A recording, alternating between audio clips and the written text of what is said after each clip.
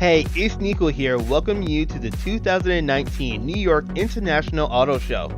I had the unique opportunity to interview NASCAR driver Landon Cassill.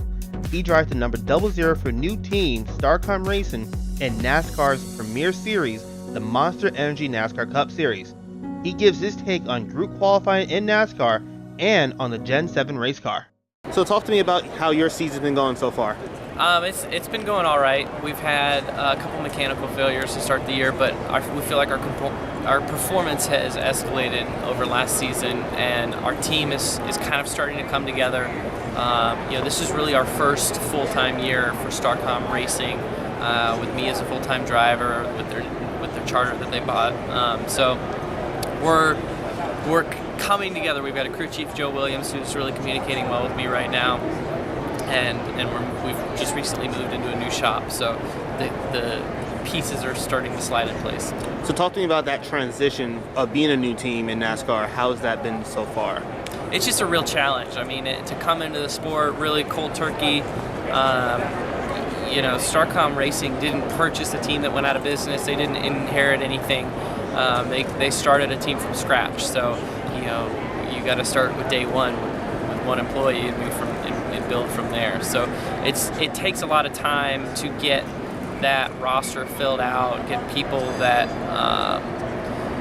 want to work there, that want to work hard, that want to put in the hours, get everybody arranged in the right places. There's so much to it in our sport that leads to building a fast car. You can't just build a fast car. You have to really get to that point. So that's really the biggest challenge for this team.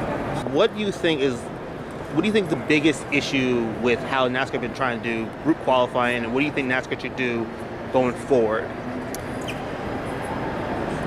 I think that the biggest issue with the group qualifying has been that when they change the aero package,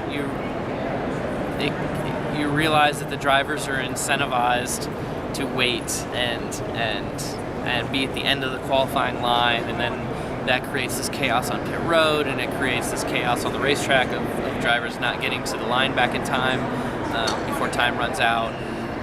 So, it seems like NASCAR has tried really, really hard to come up with ideas on how to keep group qualifying, but I expect them to go back to single car qualifying, and I think the single car qualifying is a good thing. It's a very classic way to showcase car, driver, racetrack, the speed of the car. You get one shot at it.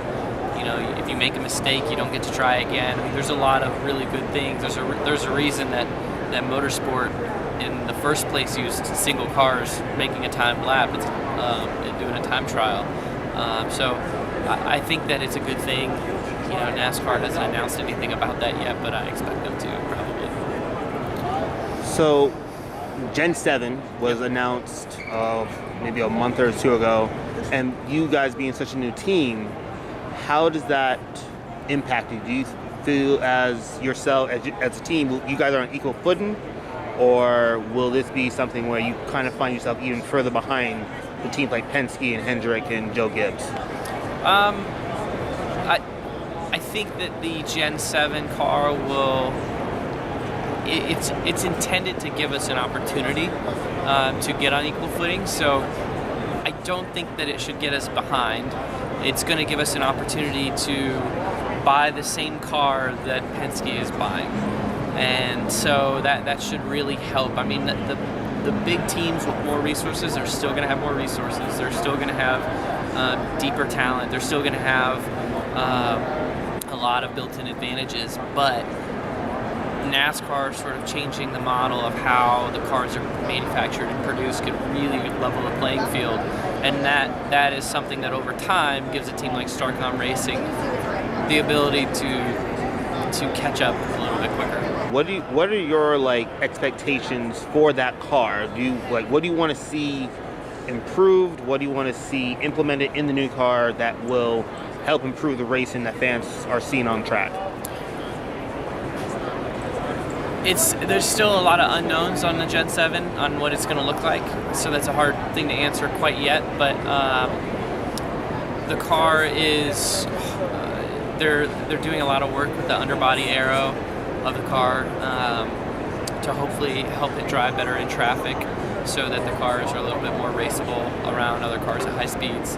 I think that I think if they can really get a lot of the aero dependency out of the cars, they'll accomplish a lot that makes the racing better.